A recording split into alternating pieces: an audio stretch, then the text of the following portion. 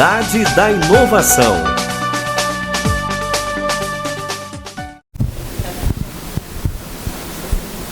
Érica.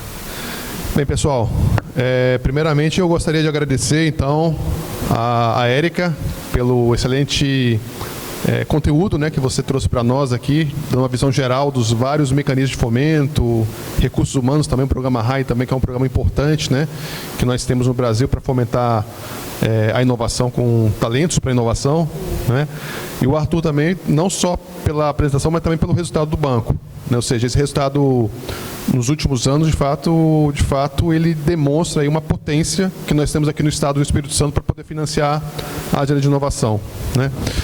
Pessoal, então nós temos aqui dois grandes especialistas, né, para poder, de fato, conversar conosco sobre o tema do painel do workshop, que é projetos e programas de inovação e financiamento, né.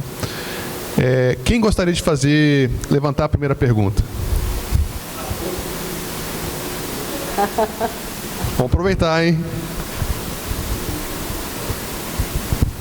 Bom dia, professora Érica. A minha pergunta para você é, na sua opinião, qual o motivo da adesão da Lei do Bem no Estado do Espírito Santo ser tão baixo?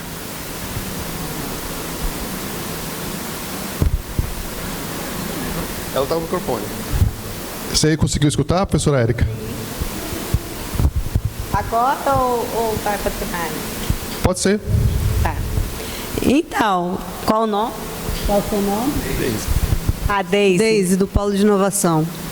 Deise, eu devia ter recorrido a um artigo que eu já até escrevi com um aluno sobre isso, não me lembro mais agora de todos os detalhes. Mas na época, e a Findes, acho que fez recentemente, alguém me falou que a Findes fez um levantamento também desses motivos. Eu não sei se na época a gente identificou, foi a questão da exigência de ser empresas tributadas pelo lucro real, acho que era uma das dificuldades que a gente tinha. E, na verdade, a gente nem identificou isso para o Espírito Santo, tá? A gente, no nosso artigo, foi bem inicial lá atrás, porque a Lei do Bem foi de 2005, eu lembro que a gente fez isso, acho que foi 2012, então tem muito tempo. E a Findes fez agora mais recente. E a gente tinha pego em 2012 esses empecilhos que foram colocados a partir de uma análise feita pelo Ministério da Ciência e Tecnologia. Agora, aqui no nosso estado, eu posso acreditar que seja isso e também a nossa ainda pouca cultura de divulgação, de conhecimento, os seminários. Hoje eu sinto falta de uma coisa, não sei se é porque eu estou, às vezes, muito envolvida lá com o curso de economia, muito a questão da burocracia do Instituto, e fico menos nessa nossa conversa, nesses nossos seminários aqui, apesar da Lorena falar que onde ela vai, ela me vê. Mas eu me lembro que a gente tinha, por volta de 2010, 2012, muito forte, que eram as rodadas de crédito, que o Sebrae fazia muito, não sei como é que está isso hoje, o Bandes fazia junto também. Como é que está isso? O esporádico tem? É na Findes? Isso. E aí também falavam sobre esses marcos, eventos específicos. Então, eu gostaria, Deise, hoje eu realmente não estou com essa resposta satisfatória para você, até porque eu não me sinto satisfatória com essa resposta. Então, acho que a gente precisa estudar isso, acho que é uma demanda nossa de pegar esse número hoje, esse último estudo da Findes, vamos lá na Findes ver isso, até foi bom você trazer essa provocação para mim, para a gente também entender esse motivo e usar também esse espaço aqui para a gente discutir. Eu me lembro que na época, olha lá atrás, acho que a gente identificou coisa de 6 empresas. Esse estudo da Findes agora, mais recente, acho que 2017, se não me falha a memória, já foram 48. Algo nesse número. A gente precisa estudar isso, sim. Bom dia, professor Klinger. professora Érica, Arthur. Acho que é mais complemento do que pergunta.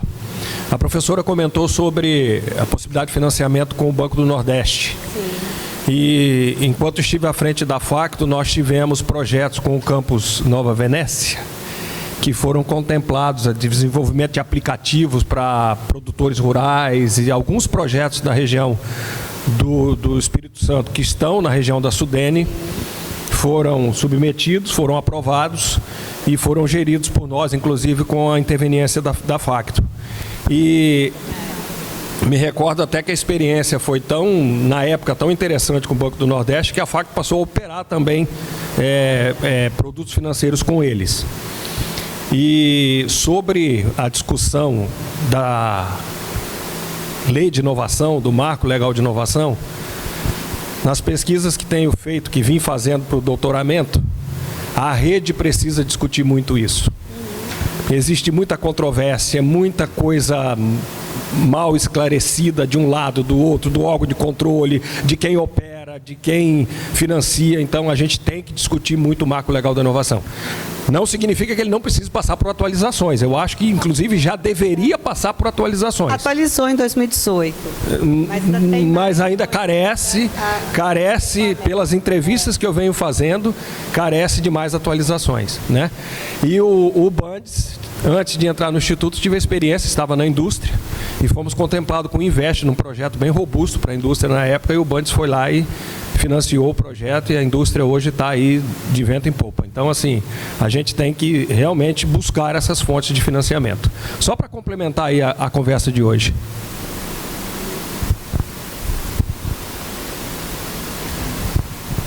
Bom dia a todos.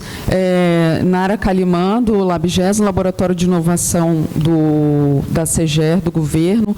Queria parabenizar vocês pela fala, foi super relevante. E a professora Érica, só para fazer uma complementação, você fez uma provocação no sentido fez uma fala no sentido de compras públicas de inovação, e é legal até a gente posicionar o que está acontecendo no governo, atualizando, que é um projeto com recursos do MCI. A gente está com o Startup ES, né, que é o Programa de Inovação Aberta com Startups. Fizemos a seleção de 12 desafios dos órgãos, e aí trabalhando para além desse edital que vai sair em dezembro, a gente não quer só que a CEGER e o laboratório sejam os promotores de toda vez fazer um edital conjunto para os 54 órgãos do governo. A gente está trabalhando para fortalecer as competências e a autonomia em cada órgão, para que eles absorvam esse instrumento de contratação de startups e empresas de base tecnológica, que é a Lei Federal 182 de 2021 e a Lei Estadual 929 de 2019, que saiu até antes da federal. Mas a gente tem trabalhado não só esse edital, que está mais com foco do recurso do MCI agora, mas também esse fortalecimento da autonomia dos órgãos para se empoderarem e incorporarem essa modalidade de licitação de contratação de startups. E, para além disso, com esse recurso, a gente está trabalhando uma plataforma que seja a conexão do governo do Estado com as startups de forma centralizada, não só para ofertar as oportunidades que o governo tem, mas também para ser uma vitrine de soluções das startups, seja um ponto mesmo de encontro, um Tinder aí, né, para a gente poder saber o que o mercado tem de oferta, não só o ecossistema capixaba, mas também uma oportunidade de farol e vitrine, e não só para GovTechs, porque às vezes a gente acha que GovTech... Ai, gente, eu estou palestrinha, né? Mas eu vou falar rapidinho. A gente acha que para governo é só GovTech, às vezes tem essa visão, mas não é. Tem soluções nas várias áreas finalísticas de governo: agricultura, saúde, educação, finanças, RH, tudo pode ser incorporado e pode ser adquirido pelo governo. Então, esse esforço para a operacionalização da Lei 182, a gente já está com essa segunda tentativa, que o PitGov também a gente já fez um aprendizado anterior, e eu acho que falta sim, e é uma boa provocação, e a gente está com a antena ligada para outros formatos, como encomenda tecnológica e outros formatos. Mas a gente tem feito esse esforço, estamos na fase interna aí do final do edital. Obrigada pela oportunidade, parabéns.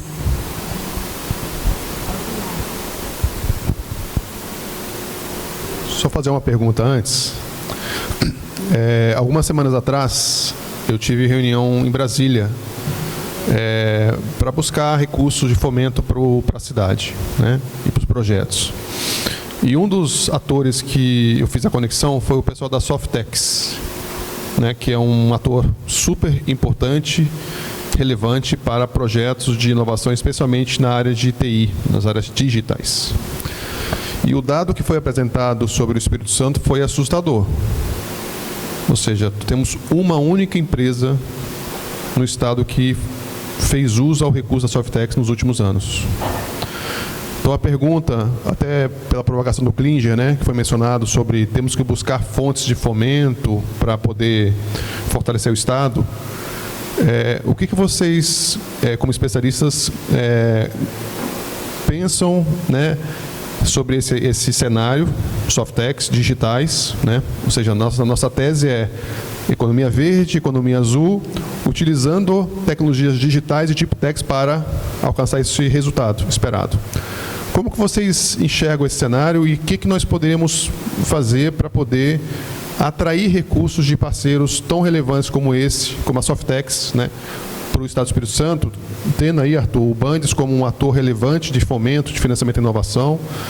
E aí, Érica, também, pelo conhecimento que você tem dos atores, né, que tem o Bandes, mas tem vários outros atores, nós temos que articular para poder, como você mesmo mencionou na palestra, né, criar um fórum de discussão para que juntos possamos engajar, né, o ecossistema de inovação capixaba para atrair esses recursos. Então, eu queria ouvir um pouco de vocês sobre essa questão Softex, se possível. Eu acho que o primeiro ponto é a gente tentar identificar, né, onde está vamos dizer, o gargalo nessa atração. Por exemplo, o banco a gente teve, eu comentei, começou a operar o crédito para inovação e depois nós tivemos uma ruptura. O banco ficou ali 3, 4 anos sem operar o crédito para inovação e foi todo um período de recomeço, de reconstrução, de buscar esse crédito e de entender o mercado, de entender a necessidade. Então, assim, a gente precisa de ter essa demanda, ter essa construção para ver a solução que o banco tem a oferecer. E pegando um gancho, né, com a pergunta, com a questão da lei do bem, eu acho que é muito disso também. A gente tem um cenário de empresas hoje. A minoria na economia é lucro real, a gente tem grande parte ali são micro e pequenas empresas que ainda estão no Simples Nacional, lucro presumido. Então, assim, isso dificulta o acesso à lei do bem, mas embora, assim, já houve com frequência eventos relacionados à lei do bem aqui no estado. Quem frequenta a base 27, lá tem muita coisa que sempre trazem algo da lei do bem e justamente para espalhar essa questão da lei do bem. Mas voltando à pergunta, eu acho que a gente precisa disso, é saber assim, qual que é a dor, qual que é a dificuldade que tem, né, desse mercado, desse público e como a gente pode oferecer uma solução. E identificar se essa solução, de fato, ela passa pela construção de uma linha de crédito específica, se ela passa, de repente, um edital de subvenção para um fundo que vai ter uma tese específica para atuar em determinado perfil, determinado público. A gente precisa, né, para construir, para conseguir atender, porque senão a gente tem produtos que não vão atender e vão solucionar esse problema. A gente não vai conseguir resolver. A gente precisa conectar as pontas para fazer esse atendimento. Eu vou muito na linha também do Arthur, mas eu imagino que você deve ter ficado igual eu, quando estava vendo, acho que em 2004, assim, 2007, quando a FINEP fez uma apresentação também da demanda capixaba e da aprovação dos projetos junto à FINEP, de inovação. Era uma demanda e 0 aprovação. A gente ficava assim, estarrecido lá atrás também. Imagino que você tenha ficado... É impactante, né, quando você vai e vê o número assim. Mas eu gosto muito de uma fala do Rodrigo Varejão, e passando agora esse turbilhão da criação do nosso curso de Economia lá no IFES, eu espero ter um tempo maior, porque eu acho que a gente precisa debruçar mais ainda em conhecer o nosso ecossistema. Eu gosto muito da fala do Rodrigo no sentido, nosso ecossistema de inovação, ele não está ainda maduro, né? A gente tem que entender isso. Inovação, eu tenho uma birra com alguns indicadores, né? Porque inovação é uma coisa construída, você não vai fazer um investimento hoje, uma política hoje, e você vai ter uma resposta no indicador daqui 2, 3 anos.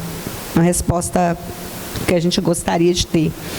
Eu sei que o gestor público, ele é o tempo todo cobrado por resultado, cobrado por melhoria do indicador muito rápido, mas inovação é estrutura, gente. Se você pensar, nossa lei de inovação, nós estamos comemorando 20 anos.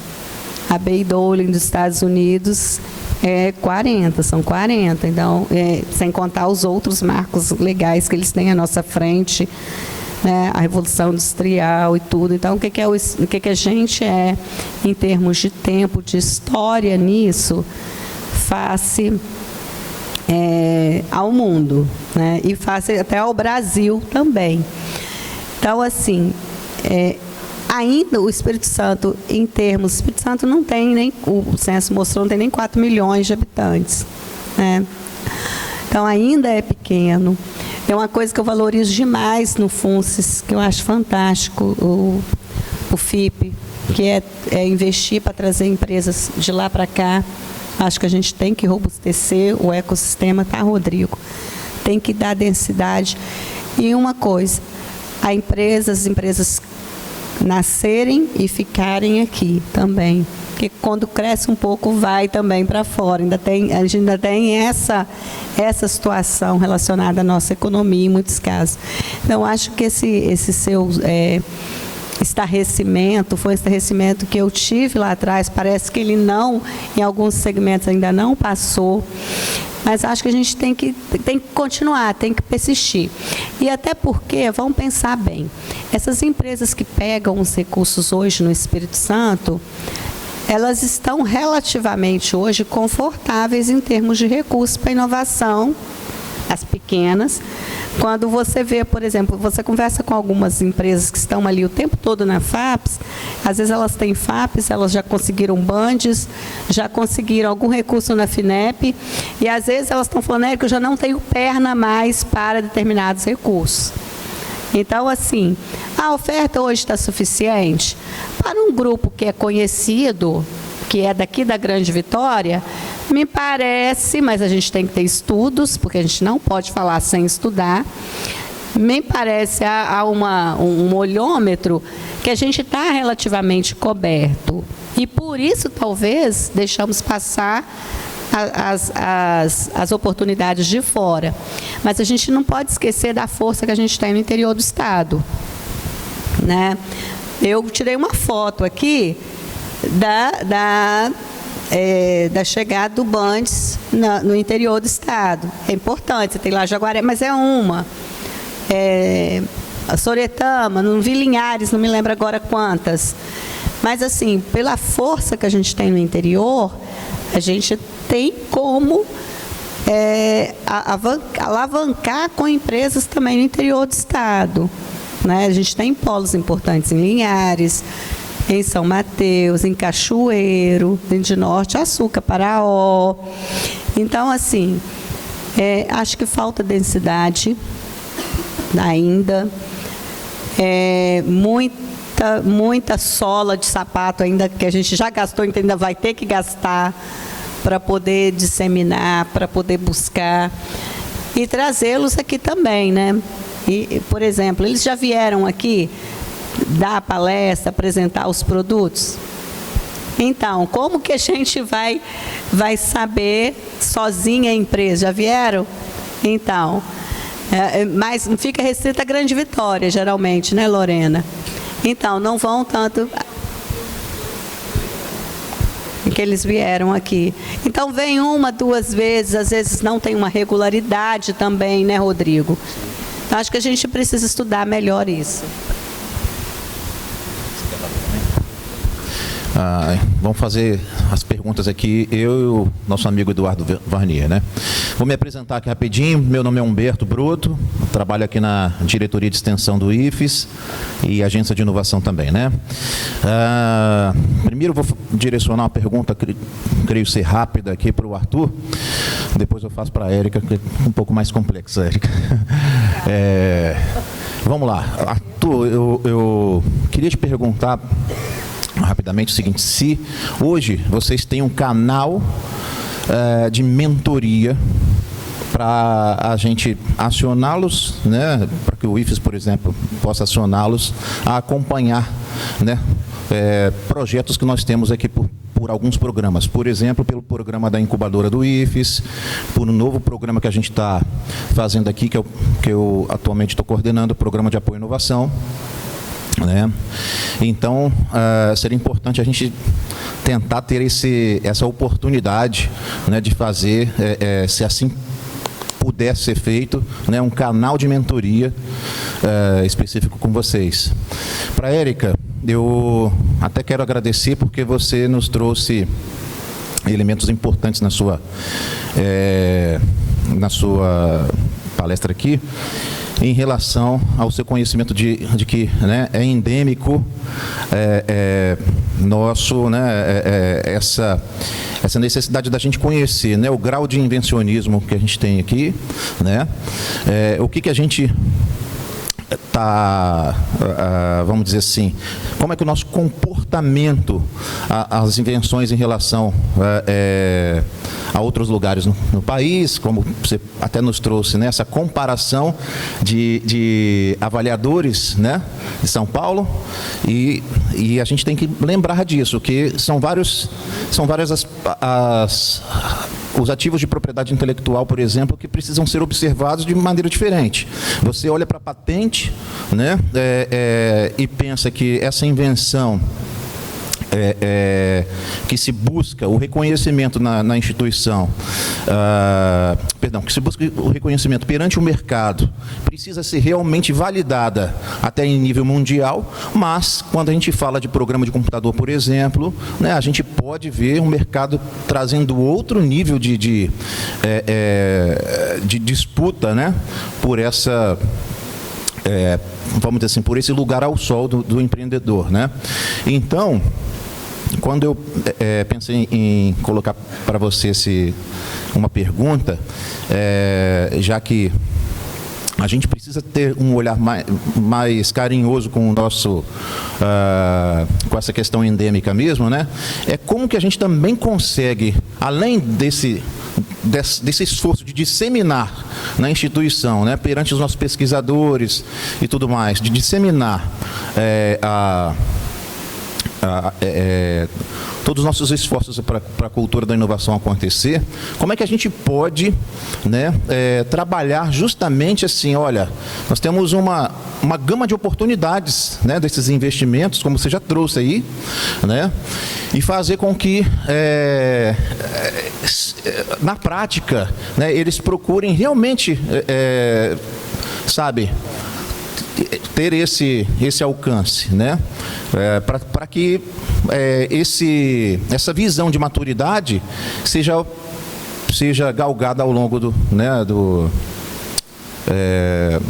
vamos dizer assim, do acompanhamento dos projetos, por exemplo, na incubadora, né, do IFES.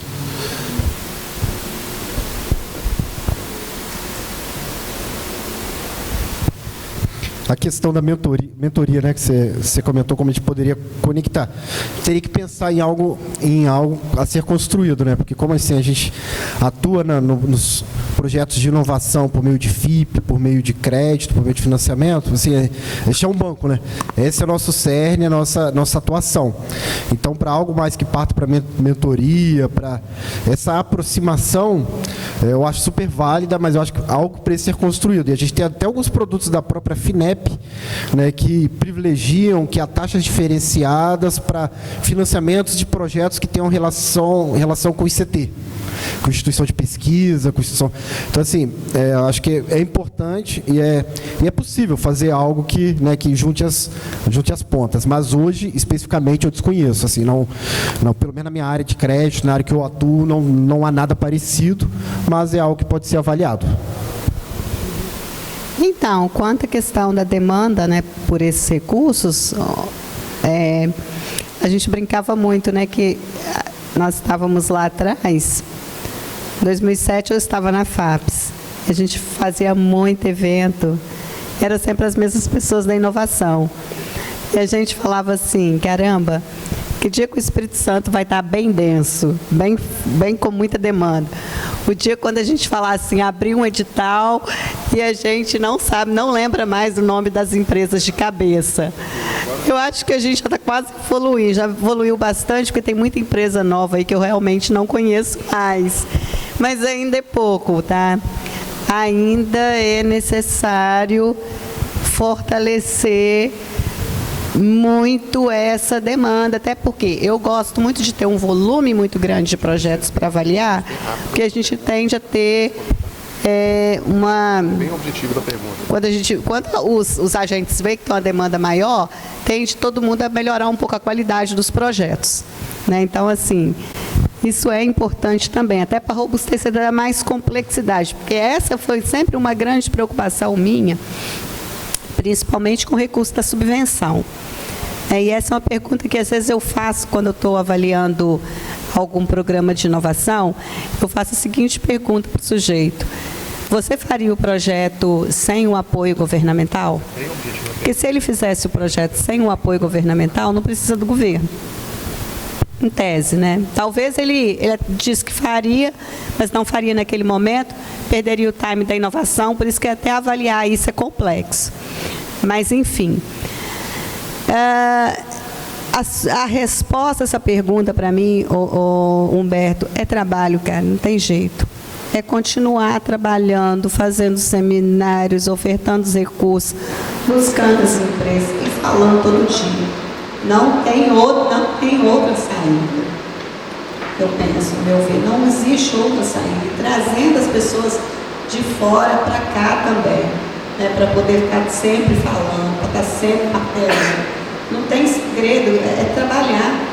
Se a gente ficasse há 20 anos parados, a gente não teria nenhuma fundação de para pesquisa. É uma luta para a gente ter a nossa fundação. Assim como há 50 anos, o Bandes, década de 70, né, 69.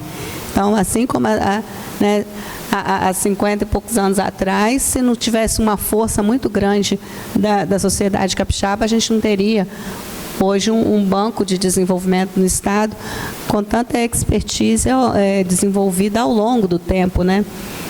A gente vê aí empresas das primeiras empresas que foram apoiadas, se não me falha a memória, acho que é o projeto número 1 do Bandes, depois você confira para mim se eu não estou falando besteira aqui, Lorena e Arthur. Eu acho que foi a Real Café, que a Ângela Morandi, na época, fez o parecer para apoiar. Então, a gente vê que não foi um recurso que o Bandes passou para uma empresa que não foi sucesso. Hoje eu tenho uma aluna minha da engenharia de produção que está lá na Real Café. Então, o tempo passou e a empresa está aí. Então, é isso, não tem jeito. Então, assim, a nossa fundação tem 20 anos. Os nossos instrumentos, o mais antigo dos nossos instrumentos de desenvolvimento é 50 anos. Então, assim, é histórico, é chão. A cidade da inovação é 2023, né? 22, 23. Então, assim, daqui 10, 15 anos, a gente já vai ter outra estrutura aqui. A gente espera outro nível, né? Então, a resposta é trabalhar. É trabalhar todo santo dia mesmo, todo santo dia e não desviar do foco, cara. Tem que estar ali olhando aquilo todo santo dia, olhando aqueles números. Eu, por exemplo, de vez em quando sai resultado dos editais de inovação da FAPES, eu vou lá para ver se você tem empresa nova. Curiosidade, né? E fico surpresa. A gente tem não sei se é esse nome que ela está hoje, lá em Colatina, Destine Já. Ainda é esse nome, Elisângela, lá? Ah lá, Michele. Agora é Serra, né? Mas era lá Colatina, né? Não. Colatina não, é Serra. Não, então não é Destine Já. Então é outra. Então eu confundi com a Destine Já, porque é uma de logística muito forte lá do interior. Frete rápido. Frete rápido agora, graças a Deus que me salvou. Né? Baixo Guandu. Baixo Guandu, Colatina e Baixo Guandu. Foi nosso pré-incubado lá em Itapina. Então, foi? Que foi incubada lá. Foi pré-incubado lá em Itapina. Lá em Itapina, tá vendo? É da Grande Colatina, pré-incubada em Itapina. Pergunta para ele se ele seria do tamanho que ele é hoje se ele não tivesse participado do Tecnova 1. Você sabe quantas vezes o Dácio, que foi um dos criadores da PicPay, ficava sentado lá na nossa gerência de inovação na FAPES? Nossa Deus, quase toda semana ele estava lá atrás de edital. E foi, eu nem lembro mais o nome das empresas dele que a FAPES apoiou, até chegar na PicPay. Então, é todo um histórico de trabalho, gente. É todo um histórico, não tem muito segredo, né? Desculpa. Vamos terminar aí que eu preciso lá dar comida ao meu menino. Para a Érica. Vamos lá, Érica, pegando a sua primeira fala, eu acho que as nossas inquietudes, as nossas dores, se nós formos conversar aqui, são sempre as mesmas. Nós conseguimos identificar os agentes demandantes, nós identificamos os fomentadores, quem tem o dinheiro para colocar na conversa, e nós enxergamos a propositiva da Cidade da Inovação como uma plataforma com o intuito de catalisar e dirimir todas essas dificuldades.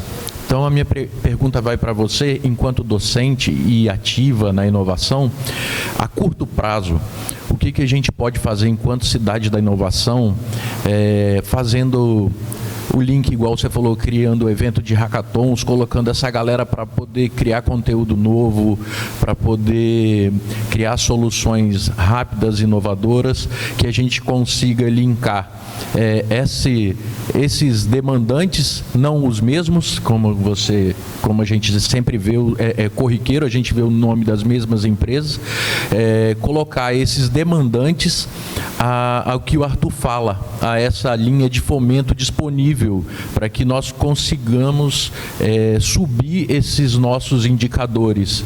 Mesmo que não chegamos a resultados expressivos em aprovações, mas eu acho que o número maior de propositiva já é um resultado muito significante.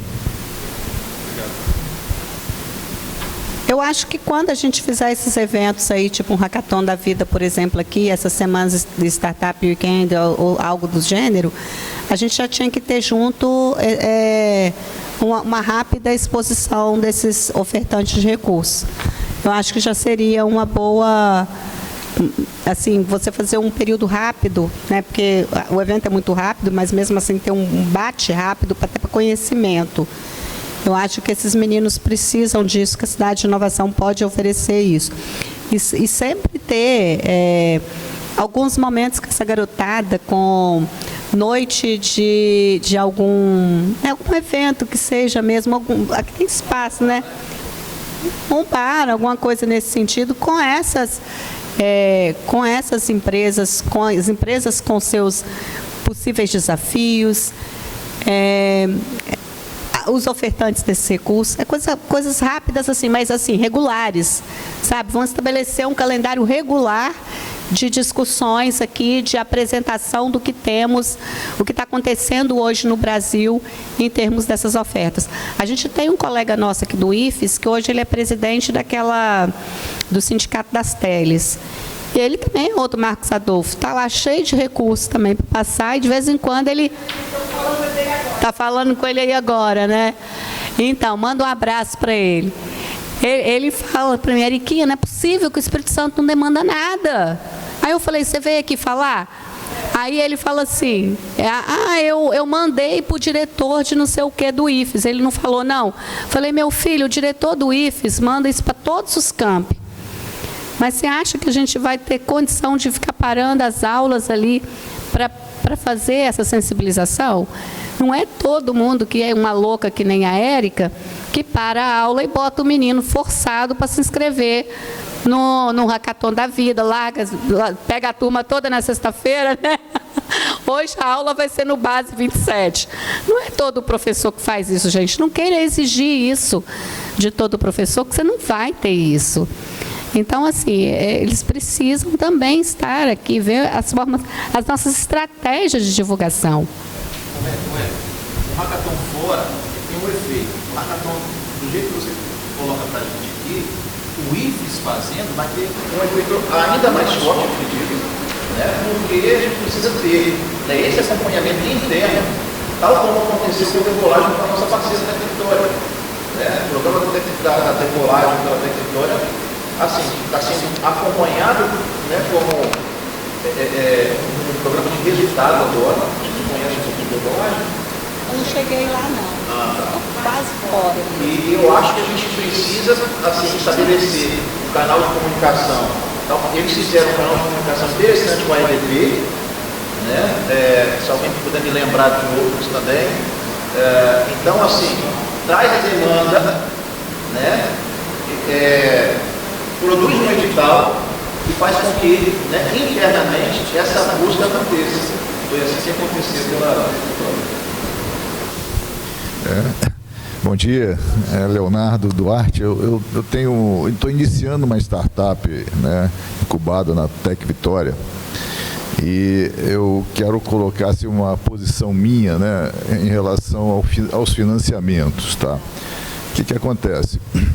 Quando você está no início, saiu do zero de uma ideia, tá?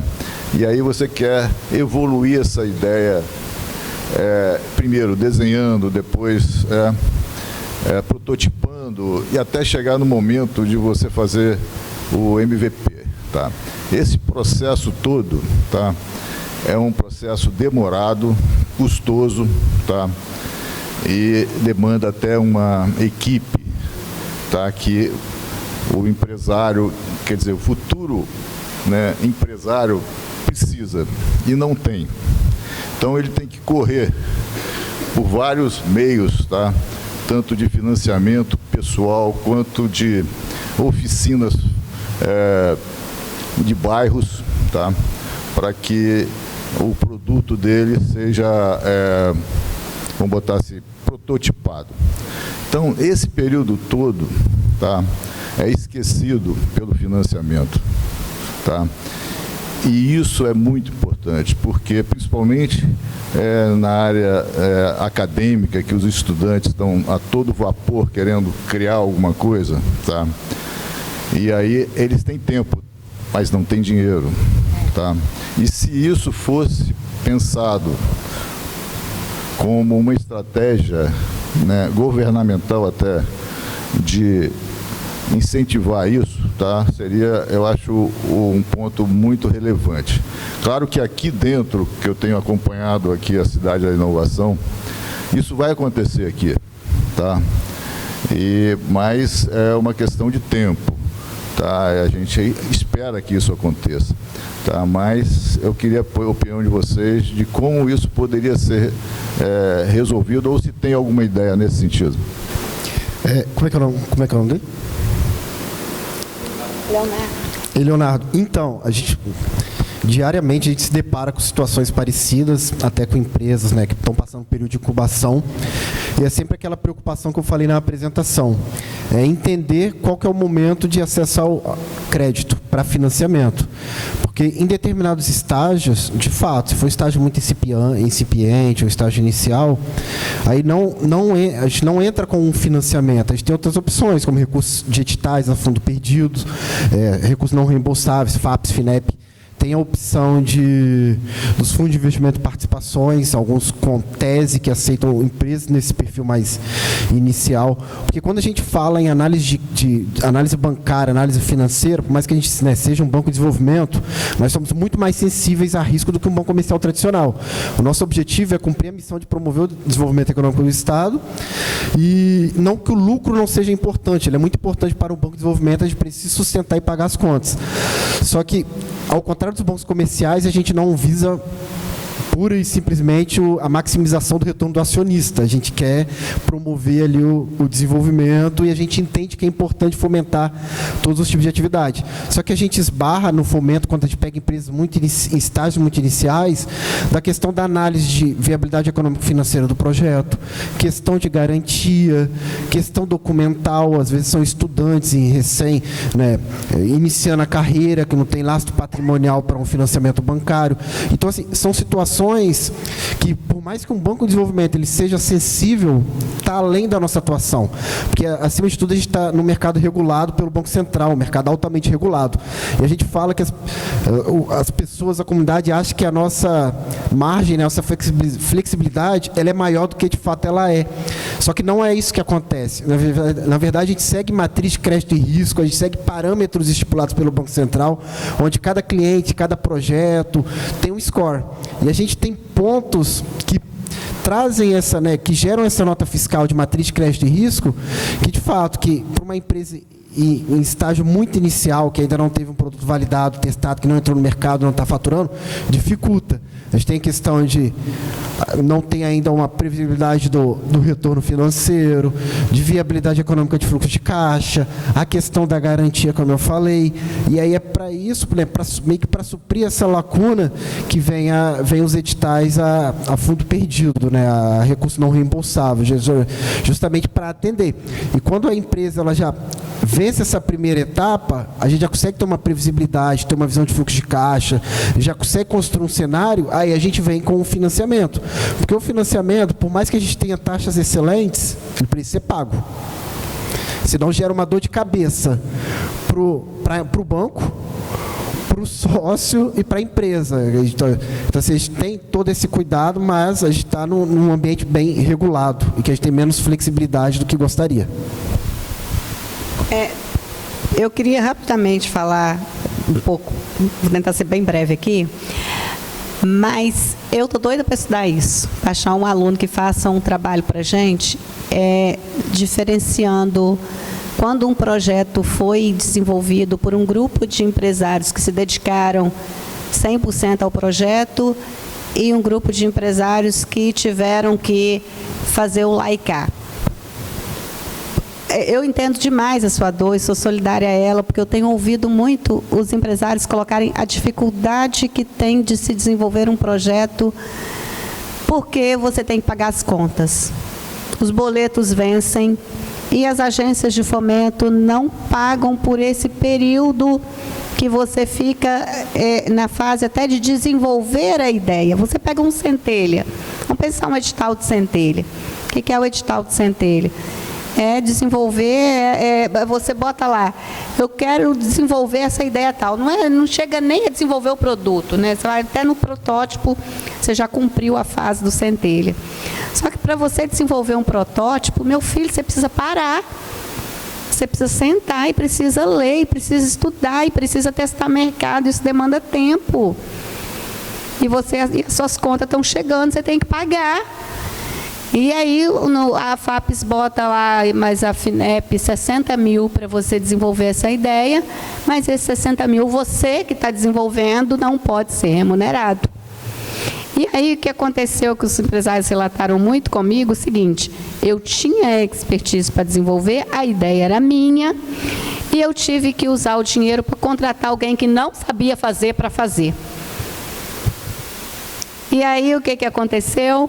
Eu paguei e eu tive que desenvolver nos finais de semana, porque eu tinha compromisso, porque eu queria ver o negócio implementado. Então, assim, as agências vão aprendendo. No 2, quando a FAPES fez edital 2 centelha, já botou uma bolsa para a pessoa que fosse, para o coordenador desenvolver a ideia. Isso não é produto para bandes, né? Isso é produto para outros tipos de agências de fomento. Mas essas dores são importantes ser relatadas, porque quem está do outro lado fazendo a política, às vezes não tem conhecimento disso, Leonardo. Né? Então, assim, precisa ser colocada nesses fóruns e levadas. E as políticas vão sendo melhoradas. Deixa eu fazer, que ela está angustiada.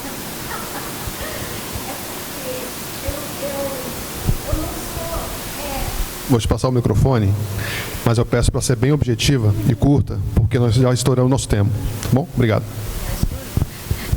Eu sou Ângela Camolese e eu trabalho basicamente com a construção civil. E eu estou aqui há pouco tempo ouvindo vocês. Acho que é a terceira vez que eu venho aqui. Então, respondendo a eles, principalmente, eu vou falar da dor. Entre vocês, quem trabalha com o público, privado, sabe, que tem essa comunicação com o governo, mesmo sendo uma empresa, grandes empresas, elas conseguem entender a linguagem do edital. Olha, você falou, professora querida, acho que mais de 20 vezes a palavra edital. Eu ouvi falar em edital há pouco tempo, agora. Eu não sei nem o caminho onde procurar. Então, eu sugiro que tenha antes de a pessoa colocar todo o gás que ela fez para desenvolver o design do projeto, né? Para passar para um edital que você não sabe nem quem vai ler e para onde vai, não poderia ter um departamento de triagem que o empresário vai, conversa e para ver se é viável, porque eu sei que o meu é viável. Eu sou empresária desde os 18 anos e eu estou com 62. Eu já tive fábrica de roupas, design de moda, design de joias. O Findes, acho que a primeira turma que foi de exportação, acho que era o Denilson, eu fazia coisas maravilhosas em pedras brasileiras naquela época, anos 80. Então, assim, eu sei que o produto que eu tenho é viável. Então, para onde eu vou? Entende? É o que está faltando, essa comunicação de vocês com... Eu falo com a sociedade que não é do métier, do público-privado. É isso. Eu acho que você já colocou... desculpa. Você já colocou, de fato, aquilo que nós nos propomos, né? É construir esse tipo de escritório de projetos para poder traduzir, né, a demanda de um empresário que não tem muita familiaridade. Sim, o que a gente está falando. E aí buscar identificar qual que é a fonte, né, os apoios financeiro e não financeiro que pode ajudar no negócio. Muito boa pergunta. Boa. Pessoal, então nós encerramos aqui o painel. Eu vou passar o microfone aqui para o Arthur e para a professora Érica, para que eles possam colocar suas últimas palavras em relação a esse tema. Mas não saiam daí. Eu tenho ainda algo para apresentar na sequência. Tá bom, pessoal? Obrigado. Quero agradecer o convite. Acho que é importante o banco, né, de reforçar a nossa atuação enquanto Banco de Desenvolvimento, instituição do governo do Estado, que atua com diferentes produtos, e reforçando a nossa atuação na inovação, mostrando nosso crescimento e nosso compromisso a fazer o crédito de inovação chegar na ponta para empresas de todos os portes, todos os setores e todos os municípios aqui do Estado. Também gostaria de agradecer, fico muito honrada em receber o convite para estar aqui. Eu adoro estudar inovação, adoro estudar esse fenômeno, adoro discutir com as pessoas, é isso que eu gosto de fazer, porque coisas que às vezes a gente não pensa lá na sala de aula, é aqui que vocês vão trazer para a gente. E é aqui que eu venho me inspirar para botar os meus meninos para produzir, né, junto comigo lá no campus Cariacica. Então, mais uma vez, muito obrigada por tudo que eu aprendi aqui hoje com vocês.